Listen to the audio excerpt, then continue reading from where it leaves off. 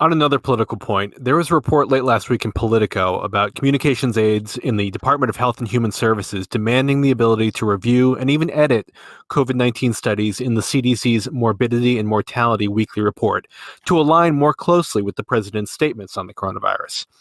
Mike, can you explain to our listeners why the MMWR, as it's known, is such an important public health document and why political meddling with it is a concern to so many people? The MMWR, or the Morbidity and Mortality Weekly Report from CDC, is almost like a jobs report that comes out from the Labor Department, which are considered to be beyond reproach in terms of their accuracy, no influence except these are the numbers. And we have counted on the MMWR for many decades to be a vehicle upon which public health could take as the best science we have.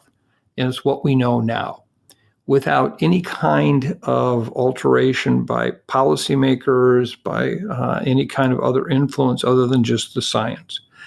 And, as I have said over and over again, and I'm sure you're probably getting bored hearing this on this podcast, but science must rule the day. Science is a self-correcting discipline that, you're right, if we don't always get it right because the data we have don't sufficiently allow us to understand a situation there, with additional data, we do understand it in a more sophisticated and hopefully correct manner. But science is, in fact, the gasoline that should run the critical policy motor that we have in this world for making decisions about what to do about public health. It should be without emotion. It surely is something that does ultimately develop into a public policy discussion, but that public policy discussion should be on data that are irrefutable, that are basically, they don't change. You can't have alternative facts here. And again, I just come back to a point I made a few minutes ago. It should all be about balls and strikes. When I think about the power of science and I look at society today, I just have to take a step back to remember, it was science that got humans to the moon. It was science that built medieval cathedrals that were incredible, and how those ceilings were able to be assembled and stand up hundreds of feet above the ground with that heavy rock. Science is what eradicated smallpox, one of the worst scourges of all humankind.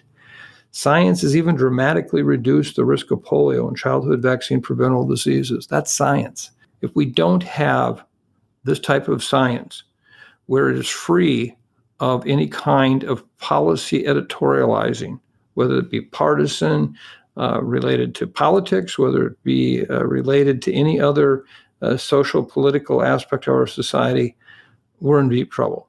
So I just come back to say that we have to defend the integrity of science.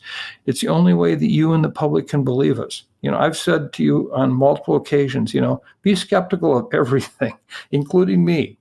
And I come back to that and say, continue to be skeptical of people, but don't be skeptical of good science. And that's why if we don't have good science, you have no place to go to get anything that's worth of value in terms of how we should move forward in our lives.